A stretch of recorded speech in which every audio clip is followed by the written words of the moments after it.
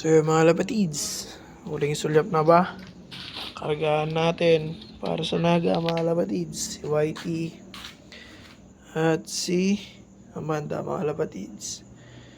So yun, kargaan natin naga, Camarines Sur, mga lapatids. So kita-kit sa loading area, mga lapatids.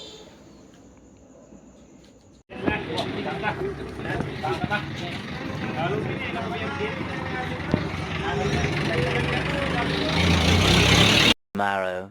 So yun, mga lapatids, nagbabalik S Brothers Love. At ito, mga lapatids, ay Sunday at nag-aabang tayo para sa Naga Camarines Sur na throw mga lapatids. So 4th lap na to sa derby natin. At yun, mga lapatids, 100 to 105 km yung nilayo niya from 3rd lap, mga lapatids. So yun, napaka pangit ng panahon, mga lapatids. Makulimlim ang panahon dito sa area natin. So yun, mga lapatids, sana hindi mahirapan yung mga wires natin. At sa ano lang naman to, hindi naman sila mahirapan sa init. So sa hangin lang sila mahirapan at sa makulimlim na panahon, mga lapatids. So yung abangan natin is 12, mga lapatids. So around 1 to 1.1 is speed doon, mga lapatids. So yun, update ko na lang kayo mamaya, mga lapatids. At si Kuya Reggie yung maghihintay, mga lapatids. Ngayon, mga lapatids, good afternoon. Alas 12 na, mga lapatids. At yung speedan natin dito is 180 na, 1080, mga lapatids. So yan, kanina napakapangit ng panahon ng umaga, mga lapatids. So ngayon, biglang uminit. Ilan pala yung nagkaklak ya?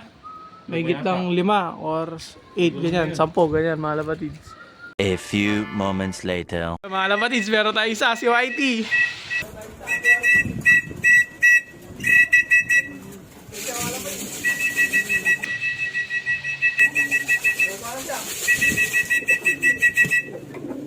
Pasok. Wait, lang namin, mga lapatids. Fresh from Naga, Camarines Sur, mga lapatids. 339 km yung air distance namin doon. So, Tarlac.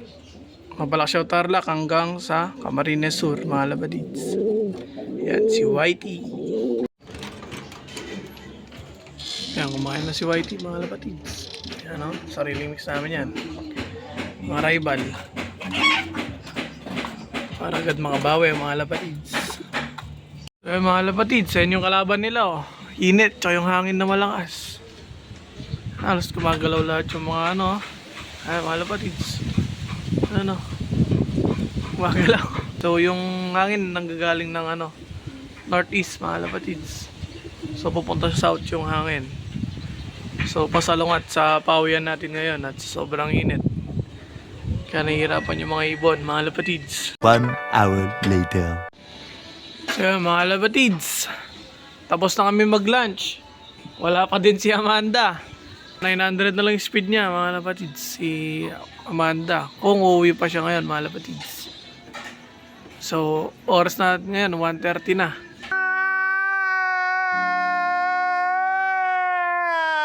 Diyan, yun yung update, mga lapatids. Wala pa si Amanda. 1 million zillion jillion dillion cotillion times later. Si Amanda, mga lapatids, binigla kami. Galing siyang Tarlac. Galing siya doon, mga lapatids. Eh siya, kalak lang namin, mga lapatids. Top 2, Naga. Naga, Camarines Sur. Ligaspi pa, mga lapatids. A few moments later. So yun, mga lapatids, kaya pala nahirapan. Galing siya norte.